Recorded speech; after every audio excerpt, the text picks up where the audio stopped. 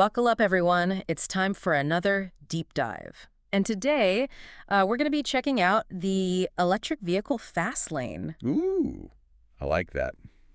I tried. The EV fast lane, I like it. All right, so the subject of our deep dive today is the Leapmotor B10. Okay. Brand new electric SUV just made a splash at the Paris Motor Show. Very exciting. It is, and what makes this one really interesting is the team behind it. We've got a Chinese company, Leapmotor, joining forces with a European automotive giant, Stellantis. Interesting combo. Yeah, so Stellantis is behind some pretty big names, Jeep, Peugeot, Fiat. Yeah, big brands. Yeah, so a lot of people are like, whoa, what's going on here? Yeah, it's definitely raising eyebrows. A lot of questions about what this means for the EV market. Like, what are they up to? Exactly. And that's what we're going to find out today. We've got a whole stack of recent articles about the B10 at its debut and really trying to, suss out what this collaboration could mean for the whole EV industry. So by the end of this deep dive, you'll be up to speed on everything you need to know about the B10, and hopefully we'll uncover some of those more interesting details so you can kind of be ahead of the curve and see what this potential disruptor is all about. I like it. Ready to jump in. Absolutely. Let's start with the basics. What is the Leapmotor B10? Okay, so the Leapmotor B10 is a compact SUV, all electric, Okay. at least for now. A little bit more to that story, we'll get there. Okay. But officially unveiled at the 2024 Paris Motor Show. It just happened. Yeah, generated a ton of buzz. It's scheduled to launch in China later this year. Europe is going to follow in 2025, and then Australia after that. So global appeal. Global appeal right out the gate. Yeah, and it's built from the ground up for the global market. It's based on their new Leap 3.5 platform. Yes. Which really emphasizes technology and efficiency. Exactly. Not just, slapping a new badge on an old design. Right. Really trying to compete on a global scale and using technology to do it. Okay. Yeah. Now I'm a design geek, and I was immediately drawn to how the B10 looks. Yeah. What do you think? What do you see? Well, from the images and some of the spy shots I was able to see online, it looks boxy. Yeah. It's got short overhangs, almost like a Hyundai Kona electric. Interesting. Or even some people were saying maybe a smaller version of their C10 SUV. Yeah, makes sense. That boxy design isn't just a stylistic choice, though. Probably trying to maximize the interior space, Yeah, good for families. Yeah, family-friendly SUV. You need that space. And speaking of design choices that serve a purpose, did you see those recessed door handles? Yes, very sleek, very modern. I thought so too. They're not just for looks, though.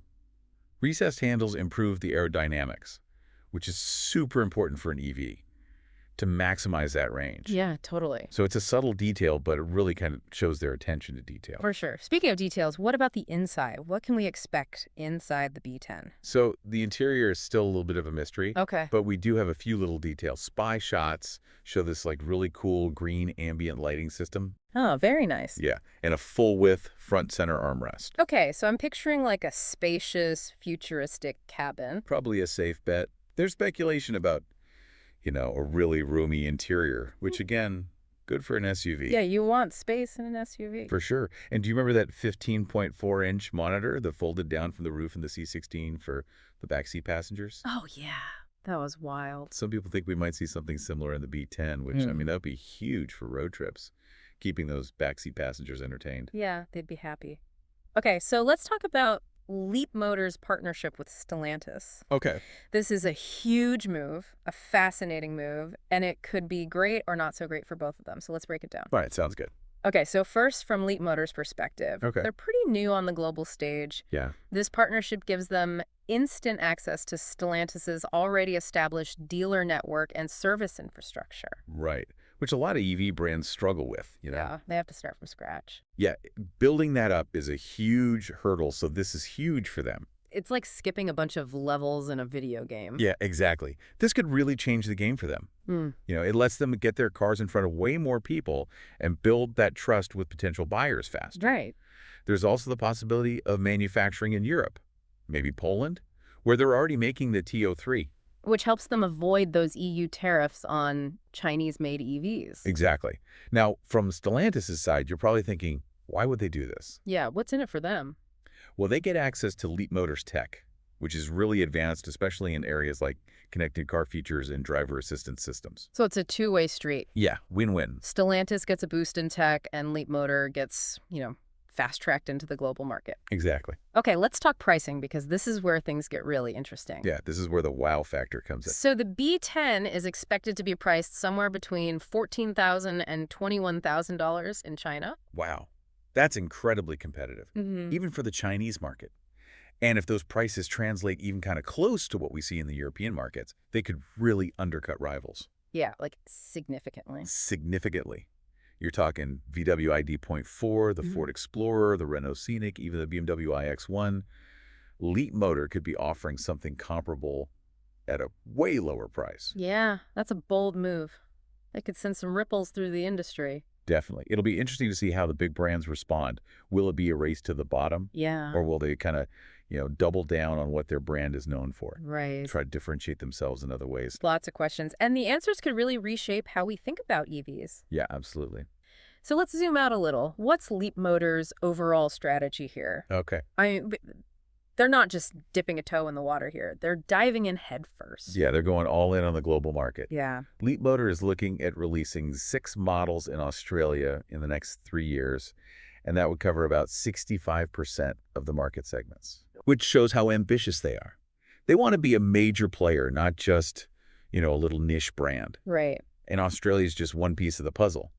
They're already in Europe.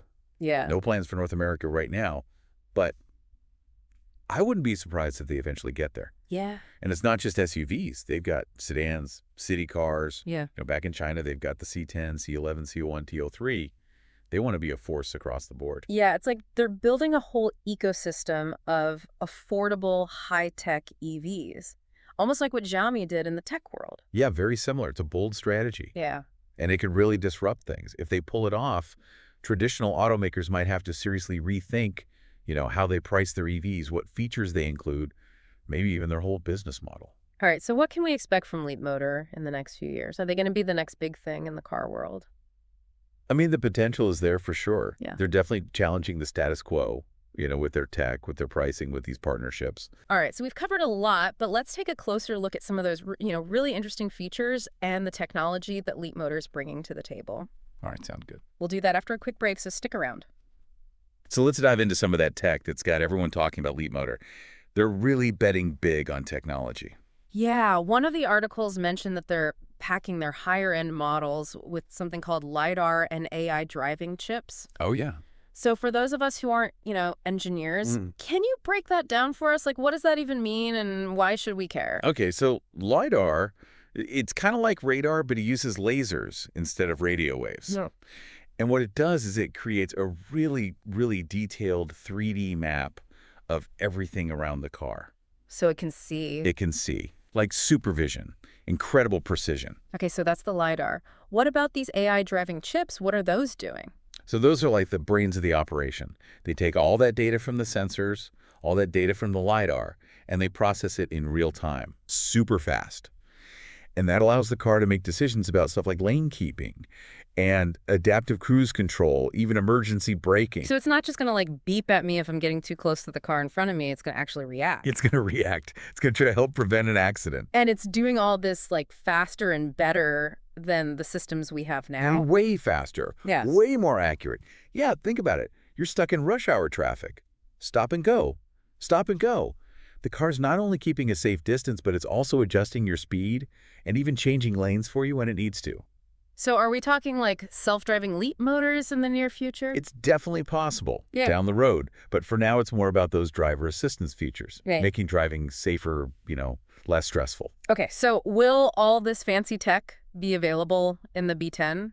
Like the more affordable one? Or is it just for like the luxury models? That is the question, isn't it? Yeah. So they haven't said exactly which features are going to be on which trim levels, but even if the B10 doesn't have all the self-driving stuff, it's probably going to have some pretty impressive driver assistance features, Okay. especially with how much Leapmotor is focusing on tech and value. Fingers crossed for at least lane keeping and adaptive cruise control. Yeah, for sure.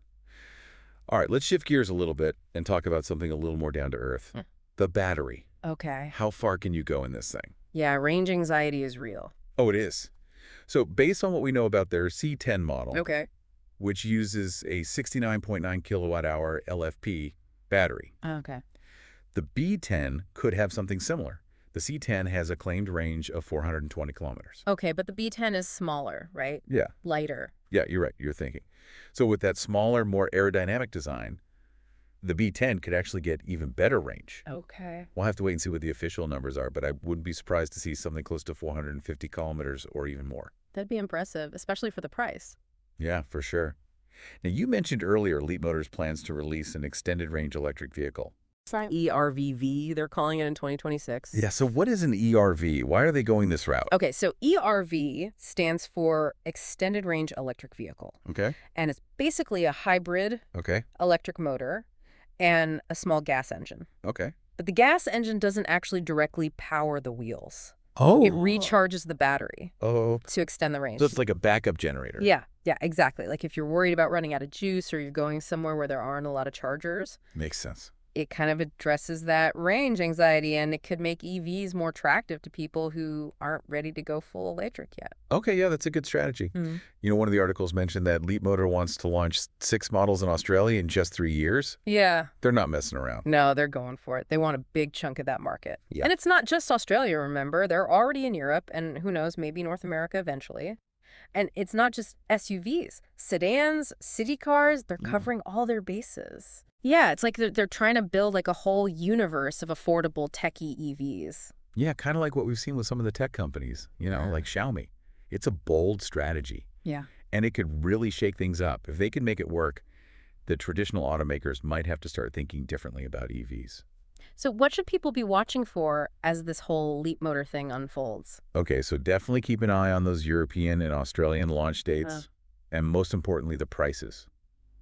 If Leapmotor can keep their prices lower than the competition, that could really change the game. Yeah, what about the tech? Will they actually deliver all those fancy driver assistance features and maybe even self-driving capabilities eventually? Yeah, that's going to be huge. Consumers want the latest tech, even in their affordable cars. Right, and how are the big car companies going to respond? Yeah. Will they try to compete on price? Will they focus on, their brand recognition? Yeah, it's going to be interesting to watch. It is. This is a really dynamic situation. It could change everything about the car industry. Absolutely. All right. So before we wrap up, I want to go back to something we talked about earlier, Leapmotor's connection with Stellantis. It almost feels like Yeah, I know what you mean. I don't even know what it feels like. It's definitely unique. Let's explore that a bit more. Almost feels like a Trojan horse, Yeah. This Chinese company nobody's really heard of partners with this giant Stellantis, and boom, they're in the global market. I see what you're saying. It's like a strategy we've seen before, though, in other industries. Yeah, like where? Think about those Chinese tech companies like Huawei and Xiaomi. Yeah. They partnered with bigger companies to get into those Western markets. Yeah, they started by offering, cheaper products and then slowly built up their brand. Exactly. And that could be Leapmotor's plan, too. Especially with EVs. Yeah, people are still figuring out EVs. They're open to new brands, and everybody wants a more affordable option. Right, for sure. But, it's not going to be easy, right? Oh, there are definitely challenges. Yeah. Some articles I read were saying that Leapmotor is going to have a tough time building trust with people outside of China. Yeah, brand recognition's a big deal when it comes to cars. People want to know they can trust the company, It's about more than just a cool car. Right. It's got to be safe, reliable, and what happens if something goes wrong? Exactly. Leapmotor's going to have to prove they can deliver on all of that. Not just the tech and the price, but the quality, too. Yeah, the dependability. And what about the partnership itself? Could Stellantis, take over? Or could Leapmotor's tech end up hurting Stellantis's other brands? Ooh, those are good questions. Partnerships can be tricky. Yeah. Sometimes one company ends up calling all the shots or their interests clash. It'll be interesting to see how this plays out. Can they both benefit without, getting in each other's way? We'll have to wait and see. Yeah. But no matter what happens, this partnership is a huge deal. It could really shake things up. Okay, so let's wrap things up with a final thought for our listeners. If Leapmotor pulls this off with these affordable techie EVs and Stellantis backing them up, will the big automakers have to change their whole approach to electric cars? I think that's the big question, isn't it? Will we see more affordable EVs with more cool tech that everyone can afford? And if that happens, how will it change the way we think about owning a car and getting around? It's a really exciting time to be following the EV market. So much potential for change and innovation. Thanks for joining us for this deep dive into the Leapmotor B10 and the future of electric cars. Keep an eye on the story. It's going to be fascinating to see what happens. Until then, happy driving, everyone.